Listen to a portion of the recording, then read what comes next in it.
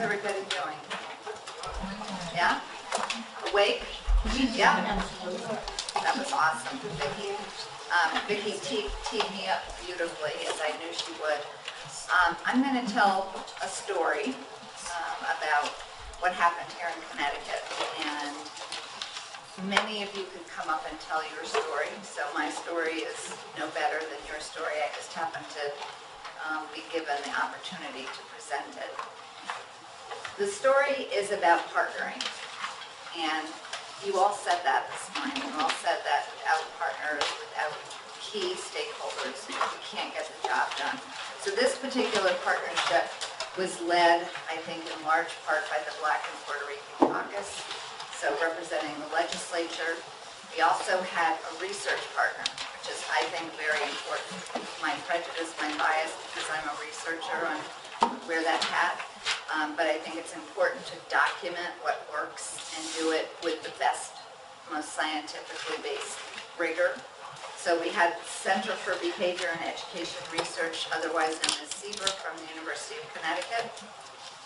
We also had a terrific policy group, the Connecticut Commission on Children. So when you get the PowerPoint slides for this on your little flash drive, you'll see links, and the Commission's website is awesome. It's just rich with information that I think will support what you're doing. We also had Philanthropy, which is tremendously important because, as we said, you can't do this without funding. Grossman Family Foundation, Linda and I have gotten to be very close, very good friends. We get very strategic at times and talk about what we can do collectively to impact. Literacy How is my organization, and we do professional development, so I'll tell a little bit more about that as we go. And then last but not least, absolutely but not least, in fact most important, is having the State Department of Ed. And I don't say that just because Harriet is here, I say that because but it is about me. But without having the implementer at the table, it's going to stop at a certain point. So really important that we have the State Department. We're very blessed to have that partnership. So are you driving or am I? I guess I'm driving. Okay. The other thing that's so important, I think Peggy said it so well, and I think Peggy said it, but other folks have said it today, is that this takes years. It takes years to do this work. And for the government to say, you know, here it is, roll it out, do what we ask you to do, is so incredibly setting us up for failure. So to have a plan and to really plan ahead and to say, this isn't going to happen in 1 year, it's not going to happen in 2 years, it may not happen in 3 years. It takes time and it takes planning. So the multi-year plan that I'm going to share began in 2010, even though I have to say, and Harriet highlighted that this morning, that we started legislation in 1997 actually. It was early reading success legislation. That was a tremendous piece of legislation, and by the way, we were the only state, I believe, that had our own state reading panel. And a result of that state reading panel, which was synonymous with the national reading panel, was something called the Connecticut Blueprint for Reading Achievement, which was an unprecedented document at its time. In 2000, we were the only state that actually said very clearly what the expectations for children were at every grade level, and alongside that, what the expectations were for teachers. So that was a phenomenal document. Again, it was a consensus document. And the problem with the document, it wasn't rolled out. It was never rolled out, and again, that speaks to the importance of the implementation. You can have tremendous, literature, work, documents, but if you don't give people time to look and read and discuss, it stops right there. So that was us. That was the backstory. In 2010, the State Department of Education passed an important policy, and others have followed suit, which is wonderful, and I hope more will do the same, in that our pre-service teachers had to take and pass a dedicated reading test now called the Connecticut Foundations of Reading Test. It's really MTEL, the Massachusetts test, which Sandy Stotsky wrote, and she will, as Beth mentioned today, was it Beth or Cheryl actually mentioned, she will go to your state and provide testimony to your legislature on the importance of that assessment, because that assessment is the only teacher test. Well, I shouldn't say the only. It was. Now there's another one published. The NES test is also published by Pearson. Another test that is, those are the only tests that are really based on solid research and evidence about what teachers need to know to teach children to read. So that was the first year. And this next year, we built on that, and the legislature passed the Achievement Gap Bill in 2011, which I'll tell you more about. Then the Reading Bill came into play, again, to build on the Achievement Gap Bill in 2012, and this year in 2013, we've just added some more teeth and more substance to the bill. Margie, can you just answer, are those passed? The 2012? Yeah, all Yes. the passed except for 2013. Yeah, period. PA 12-116, Yeah. there's all those multiple components of all And I'll speak to that in just a minute too. So what's the big deal? Why is data such a big deal? And I don't need to tell you this, but we know from research that the school districts that do the best in educating disadvantaged students have become obsessive about using data to drive instruction. They've been obsessive. Look at the Florida story. The Florida story is phenomenal. They've had a longitudinal database and used Dibbles or the FAIR or something like the Dibbles since, I think, 1998. And they've been relentless in ensuring that all their districts use that type of data. Two of the last three winners of the highly coveted Broad Prize for Urban Education demonstrated that relentless focus on data. And we have to be careful because a lot of folks talk about, the assessment is the bane of our existence, right? You hear that all the time. Why? We're assessing children all the time. So we don't want to assess children all the time. We want to be teaching, but you can diagnostically teach if you're skilled. So that's another story. This is one of my favorite quotes, weighing cows won't make them fatter. So this is the point. We can't just test to test. We have to test and then look at the data, understand what it is, and use it to focus instruction. Marilyn Adams was at a Connecticut Reading Forum in 2011. She did a fabulous job of enlightening the folks in our state, many different stakeholder groups about this. And she was followed by Reed Lyon the following year in our next reading forum to talk again about the importance of assessment and how to measure progress using the right assessment tools to do that. So the Achievement Gap Bill, PA 1185, identified schools that would participate in a pilot study for the purpose of promoting best practices in early literacy to close the achievement gap. It was to have a research component, which was, again, I thought very important, and Roseman Family Foundation funded this grant, and it was their belief and their opinion that we should have a research component. And so the commissioner could accept funds from private sources to conduct this research.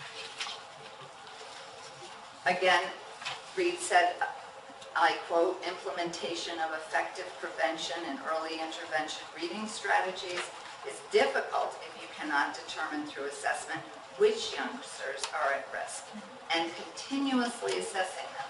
So you have a universal screening, but you also have to do the progress monitoring. And I found that that happens to be a lot harder to do than the universal screening. Why? We included in this Achievement Gap Bill a focus on reading assessment and encouraging research designed to determine the instruments, and then coupled with professional development, because the teachers have to know what to do with the data. And so many of them, I think that's what's frustrating to them, is that they collect all this data and they might even look at it, but it doesn't necessarily mean anything unless you have pretty intense embedded professional development. Whoops. Did I skip one? Yes. So the goal of this particular grant and this particular study was to pilot an alternative reading assessment system. So it was beyond the dibbles. It's a real system. It's called M-Class Reading 3D. It's published by Wireless Generation, which is now called Amplify, actually, recent development. It includes the dibbles, which I know Vicki has talked to us about and others have mentioned, and it also includes a informal reading inventory, much like the DRA, called the TRC, the Text Reading Comprehension, where you can look at children's reading behaviors as well that's more focused on comprehension. And then it's really the system of analyzing those data that I think makes it unique. We had mentor support and professional development through my organization, designed to assist the teachers in the use of the assessment data. And the WHO was a competitive grant process. So we had districts, the lowest performing districts, that eligible to apply for this funding. 5 school districts were selected.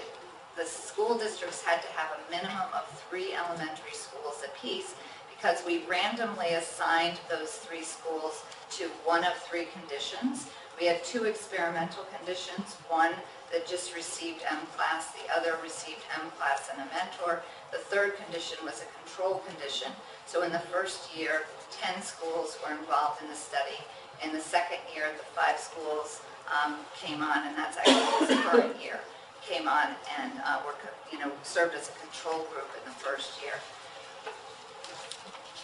So Vicki showed you this triangle, and what I attempted to do, maybe it's a little bit of a stretch, but what I attempted to do is overlay what I thought were important ingredients that we happen to have in this particular study and in this particular scenario. We had the right assessment tools, because you have to have the right assessment. With embedded professional development. I've heard this over and over again, and it's music to my ears. We cannot do this without embedded, systematic, explicit, differentiated professional development. We had the State Department of Ed and the LEAs helping us with the systems and facilitative administration. You have to have the State Department doing this piece. These are the organization drivers that have to be in place. And last but not least, the leadership. So we had the Caucus, tremendous leadership, and our state leaders providing that leadership. And we hope that with those 3 triumvirate, we'll make some headway. What I want to say here is that we had, and Harriet can vouch for this, and we had many difficult conversations about this. Many still having difficult in the sense that, you have to be honest, you have to be very transparent, you have to say unpopular things at times. And you all have talked about that, but I think that's incredibly important. And having relationships, as many of you have talked about, is how you do that. Without a relationship, without a respect, you can't have those honest, transparent relationships. The other piece that has been mentioned by many people, and certainly those of you who represent parents at the table here and came to this process as a parent representing a child, we felt very strongly, and again I'll look to Linda. Linda and her group, and her trustees really push on us to do something substantive with regard to parents. We often talk about the importance of parents, but we don't always do what we need to do. I don't think we go deep enough. I don't think talk about transparency. I don't think we're transparent enough with parents.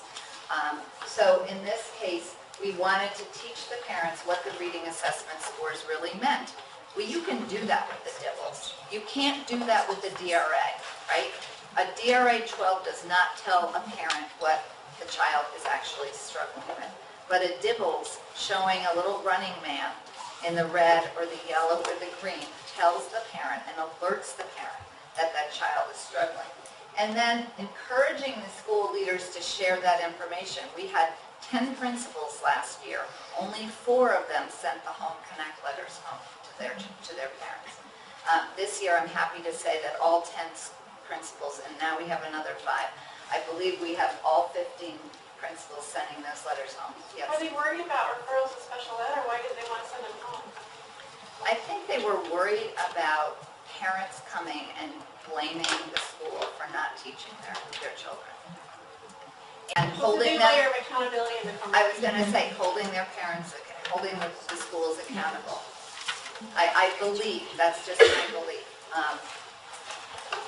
Embedding parents into school culture is so critically important, and we're just not doing it enough. So I think that we piloted a curriculum for parents that we're delivering 3 times a year, and we're getting some really nice feedback. We're getting good conversations, and we're making sure that we're maximizing diversity in this parent partnership by having those workshops delivered in, at least for now, in Spanish, because many of our schools have high Hispanic populations. So the bill that Harriet referred to this morning is PA 12116. It was sponsored and discussed and debated last year and signed into law by the governor at the end of May. And this bill has tremendous substance to it. It's just built on the bill from the year before. We're developing and approving reading assessments, again, for universal screening and progress monitoring. The Department of Education is also developing an intensive reading strategy. So Harriet mentioned this morning about the 5 schools that were funded through this legislation to go another step further. So our schools in the grant that Grossman funded, we're getting 5 of the 15 schools were getting embedded professional development for Tier 1. So those teachers teaching K through 3, Tier 1, were learning about the assessment tool, but we weren't catching the other kids up. And as Harriet mentioned, we looked at the data, 80 to 85% of the children in those schools were reading below grade level. We knew we had to do something significant. So we hired 4 external interventionists for each of those 5 schools, and preliminary data is showing tremendous growth because the children are getting the interventions that they need matched to their data. A couple of other pieces of this legislation. We will be rolling out a new reading assessment system, God willing, by January 1, 2014. Yes? 2014. We have the date moved just more, We're creating a professional development system for Connecticut teachers and principals, and this is going to take some time to work through and develop. I will say that we've had, again, difficult conversations, but good conversations about what we want it to look like, particularly in relation to something we call SEED in the state, which is our state evaluation, teacher evaluation system, which doesn't explicitly talk about reading. So this is how we're hoping to get reading into that system. We're requiring the reading specialists and the special ed teachers, effective this year, to take that dedicated reading test, because guess what? We, and I'll take partial credit, forgot to say we thought reading specialists and special ed teachers needed to take the test as well. So effective this year, they will be required, pre-service teachers, to take the test.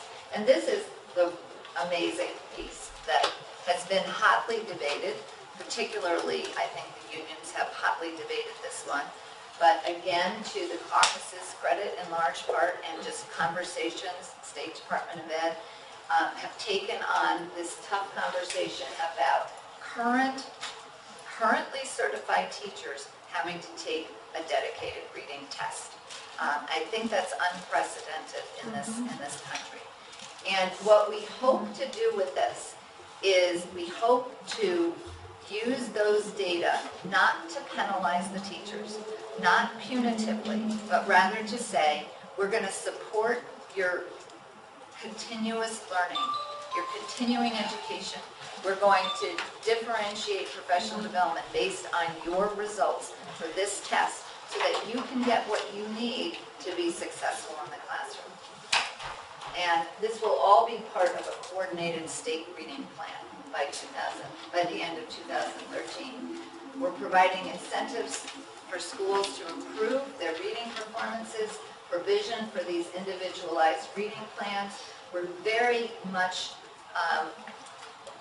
very concerned and focused on early language acquisition and early childhood. And we're, again, blessed to have Harriet's whole professional life has been dedicated to early childhood.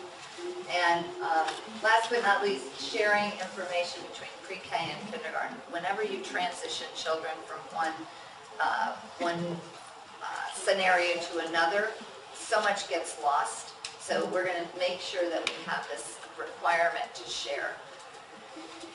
And the goal of all of this, particularly for the K-3 literacy initiatives, is sustainable reform. So as you can see, what we're trying to do is build. And we've taken certain initiatives and said, how can we sustain it? How can we scale it?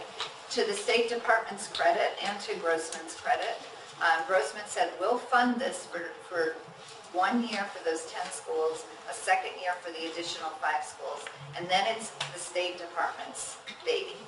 And to the State Department, the state legislature's credit, they put the money into the sustaining of those 10 schools because they asked to be continued for another year.